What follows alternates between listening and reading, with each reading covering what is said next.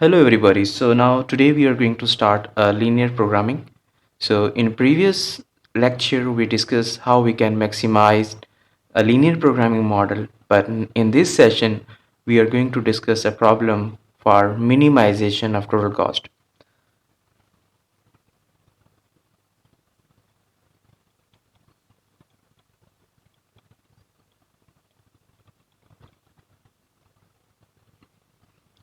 So we start with the understanding of problem, and then we will formulate this problem into a mathematical model. A problem is a farmer is preparing to plant a crop in the spring and needs to fertilize a field. There are two brands of fertilizer to choose from: Supergrow and Crop Quick. Each brand yields a specific amount of nitrogen and phosphate per bag as follows. If you look at the table, there are two brands. Supergrow has 2 pounds of nitrogen per bag and 4 pounds of phosphate per bag, and the Quick Crop has 4 pounds of nitrogen per bag while 3 pounds of phosphate per bag. The farmer's field requires at least 16 pounds of nitrogen and at least 24 pounds of phosphate.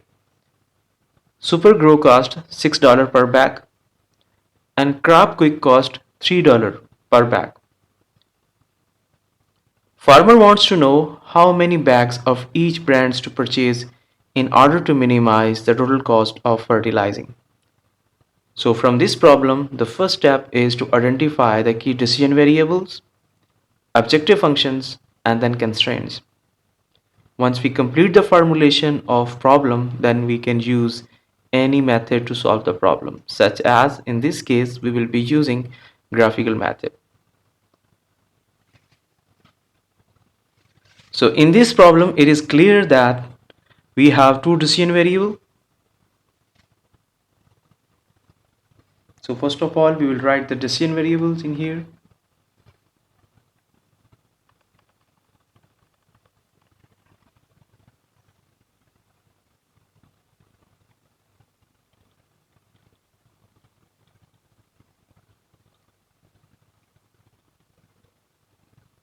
The first decision variable is number of bags of supercargo.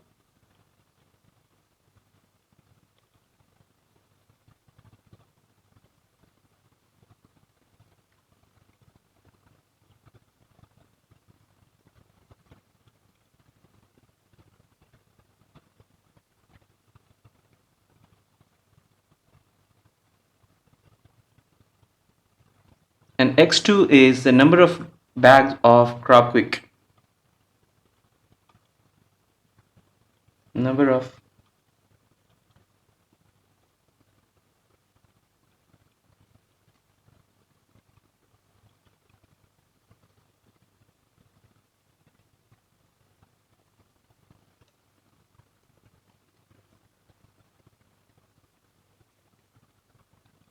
Okay, so after the identification of decision variable, we try to identify the objective function.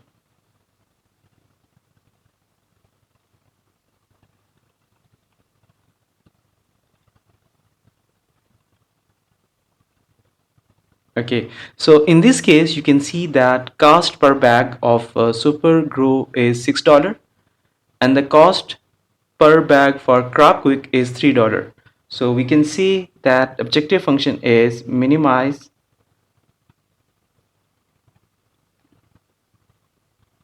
six x1 plus 3x2.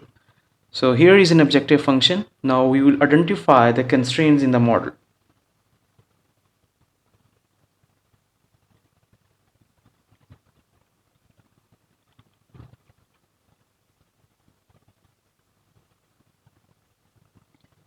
From the table, you can see that there are two types of constraint. One is a nitrogen constraint and another is phosphate constraint. You can see that 2 pounds of nitrogen comes from Supergrow and 4 pounds of nitrogen comes from the Crop Quick. And the requirement of nitrogen in the field is 16 pounds of nitrogen. So we can just develop a constraint 2x1 plus 4x2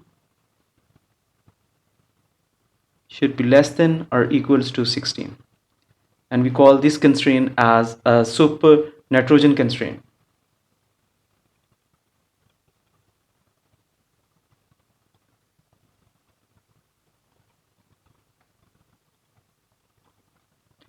Also, we have another constraint of phosphate. So again, 4 pounds comes from super grow, and 3 pounds of phosphate comes from the crop quick. So we can simply write for x1 plus 3x2 that should be less than or equals to,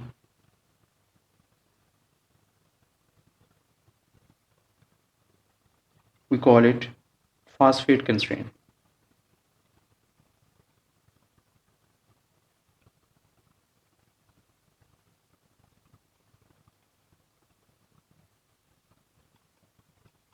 Another type of constraint that we always define in any linear programming model is uh, non-negativity constraint. So where values of x and x2 should be greater than 0, so we treat them as a non-negativity constraint. Here it is very important to understand whenever we use term when we use less than constraint, it is always used when you find a word at least. If you find words somewhere at least, it means that this is total availability and this is a usage.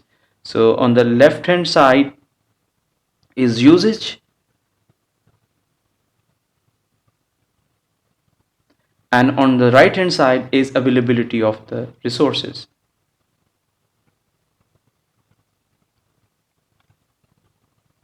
So now the final formulation will be look like this.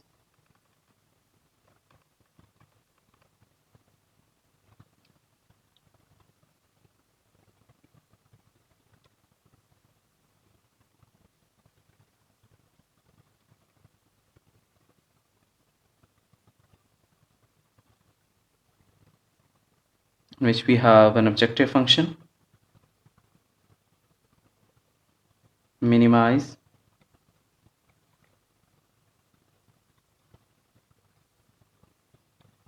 z, and objective function is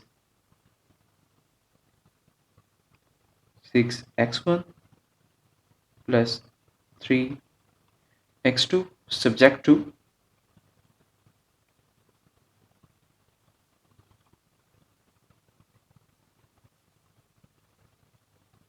2x1 plus 4x2 should be less than or equal to 16. And then we have 4x1 plus 3x2 should be less than or equal to 24, and x1 and x2 should be greater than or equal to 0. So this is called a linear programming formulation, LP formulation.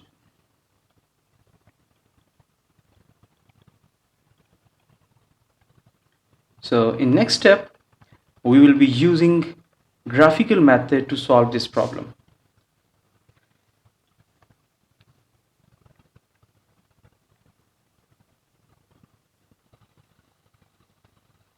To solve this problem, we use a graphical method. So graphical method is very easy to use, especially when you have only two decision variable. Graphical method is one of the best method to find an optimal point. So we will use graphical method to solve this problem.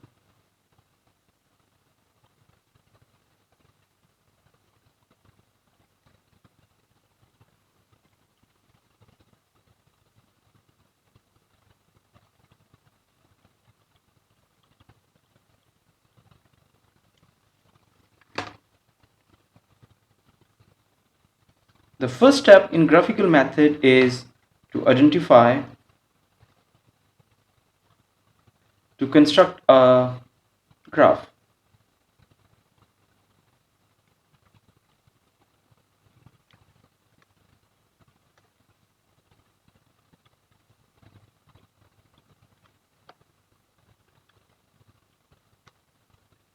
for constraints.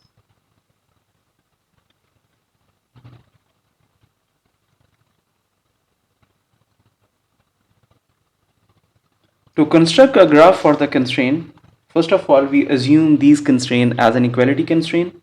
Let's say we have a two constraints, so I will be using different colors for each constraint. Let's say we have a constraint 1, which is 2x1 plus 4x2 is equals to 16. So we can just make a box, and we need 2 points to plot this line.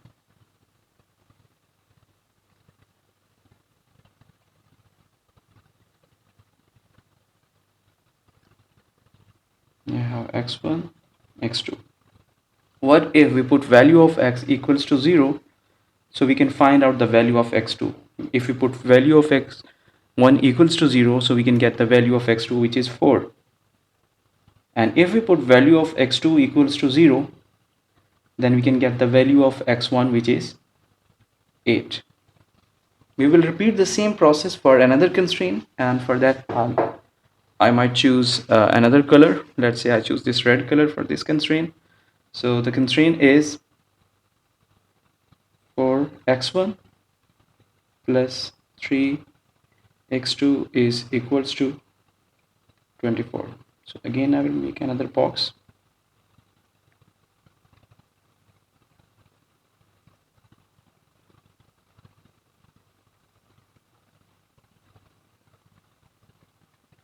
So here we have x1 and we have x2. If I put value of x1 equals to 0, so we can get the value of x2.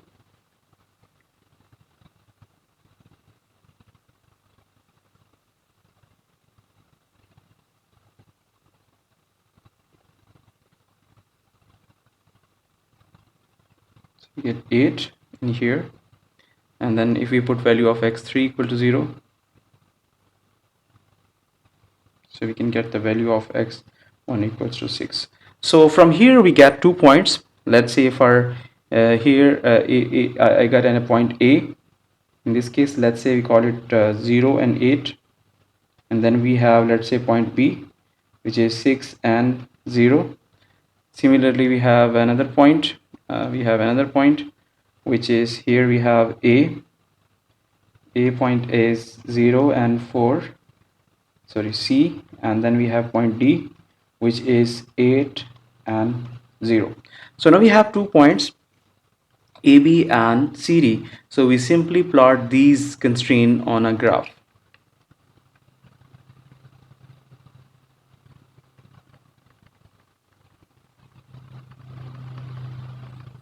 So simply I choose a graph axis,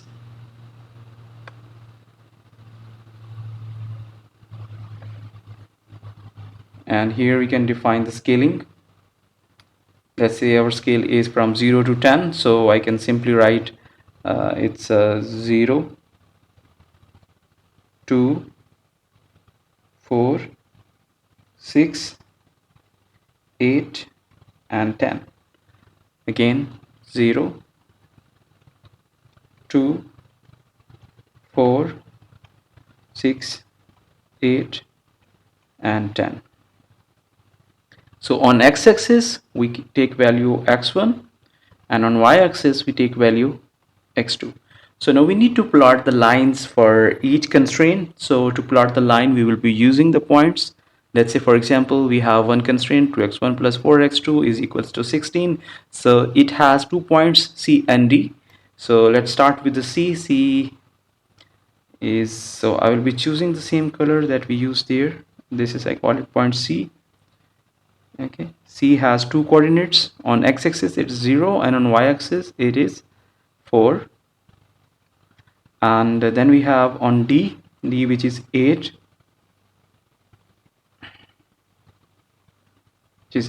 so I call it 8 and 0. So we can connect these points through a line.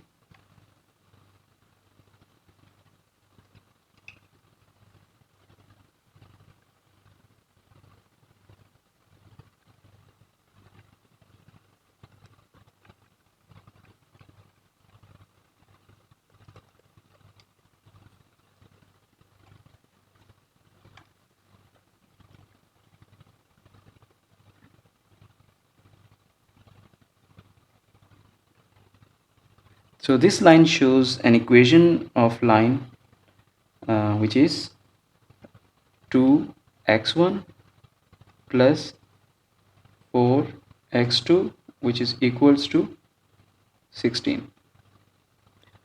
Okay, then we have another constraint and we have two more points. Let's say for example for A we have, I will be choosing this color, so we call it point A, which is 0 and 8, and then we have point B, which is 0 and 6.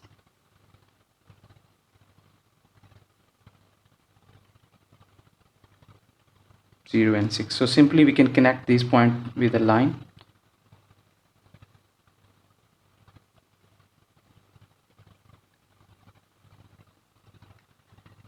Okay, so now you can see that we have identified the corner points are points of constraints, but you will find a point at which both of these constraints are intersecting with each other. So with this point is called intersection point. So we will try to find out the values of this intersection point. So this line shows an equation. This line is for equation for x1 plus 3x2 is equals to 24. So first of all, we will find this intersection point. So to find intersection point, we can simply solve these equations simultaneously and we can get the equation. For example, we have this equation 2x1 plus 4x2 is equals to 16, and if I find the value of x1 from here, so we can simply write x1 is equals to 24 minus 3x2 divided by 4. So if you put the value of x1 into this equation, I call it equation 1 and I call it equation 2. So if you put value of x1 into equation 1, so we can get another equation, so which is 24 minus 3x2 divided by 4 plus 4x2 is equals to 16. So from here we can get these values, which gives us numbers such as, can I write 24 by 2 minus 3 by 2 into x2 plus 4x2 is equals to 16, so which is 12. So minus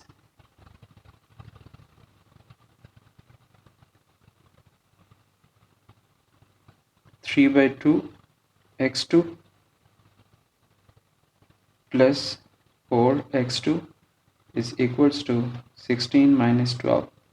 So here we get 4, and solving these equations we get another point. Let's say we have 2 minus 3 x2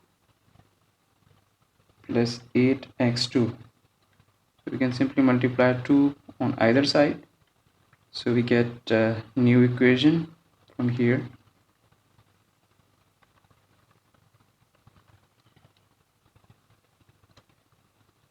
And here we have 5x2 and here we have 8. So we can say that x2 is 8 by 5. By putting value of x2 into the first equation, you can also find out the value of x1, which is very easy to calculate. Let's say we have 2x1 plus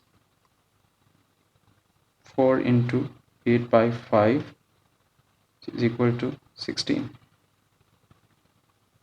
So here we have 2x1 plus 32 by 5 is equals to 16, implies that 2x1 is equal to 16 minus 32 by 5, which means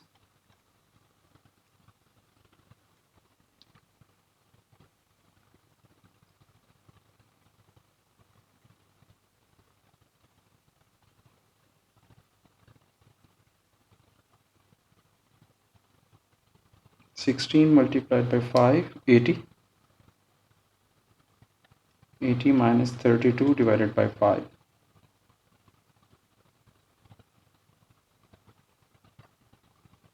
So we get another point which is 9.6. And here we had 8.5. So we get 2 points. X1 is 9.6 and X2 is 1.6. Okay, so we have identified the all corner points. The next stage is to find out the feasible region. Since we have a less than constraint, so the common feasible area for both of these constraints will be this one.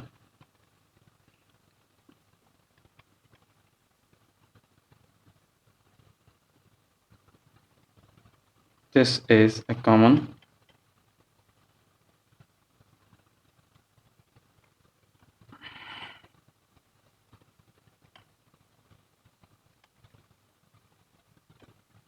This is common feasible region for this problem.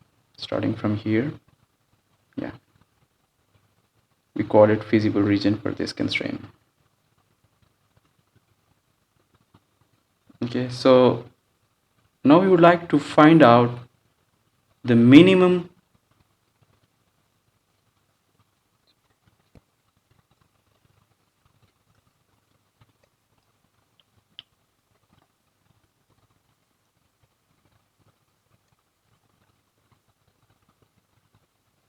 since the problem is about maximization. So this area, area under below the lines is not feasible. So in that case, our feasible region is lying in here.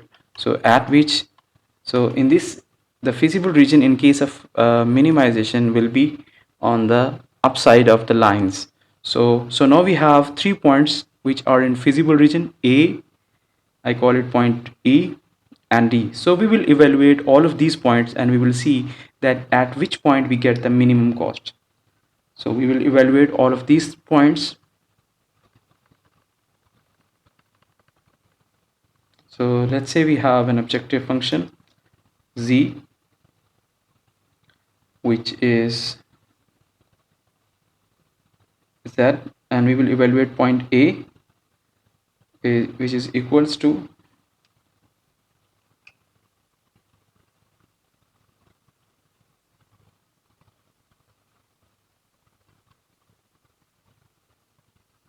6x1 and 3x2. 6x1 here is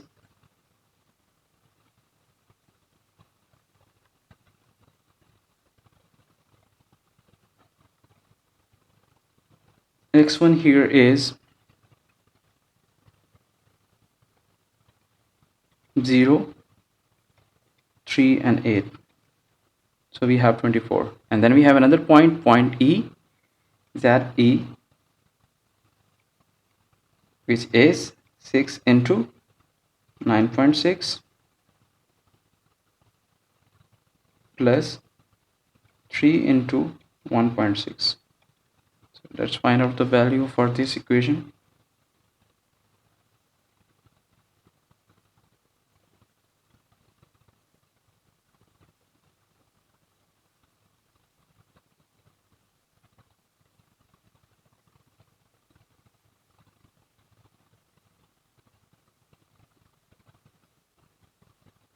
So answer is 62.4.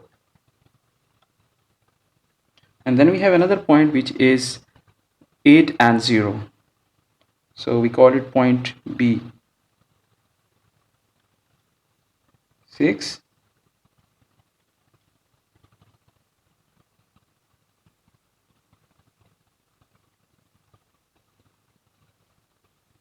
plus 3 into 0. So in this case, our answer is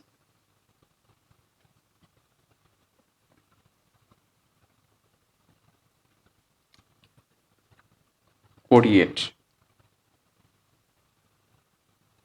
So since we are trying to minimize the cost, so you can see that in this case, the minimum is achieved at point Z, and point Z is when you set value of x1 equals to 0 and value of x2 equals to 8.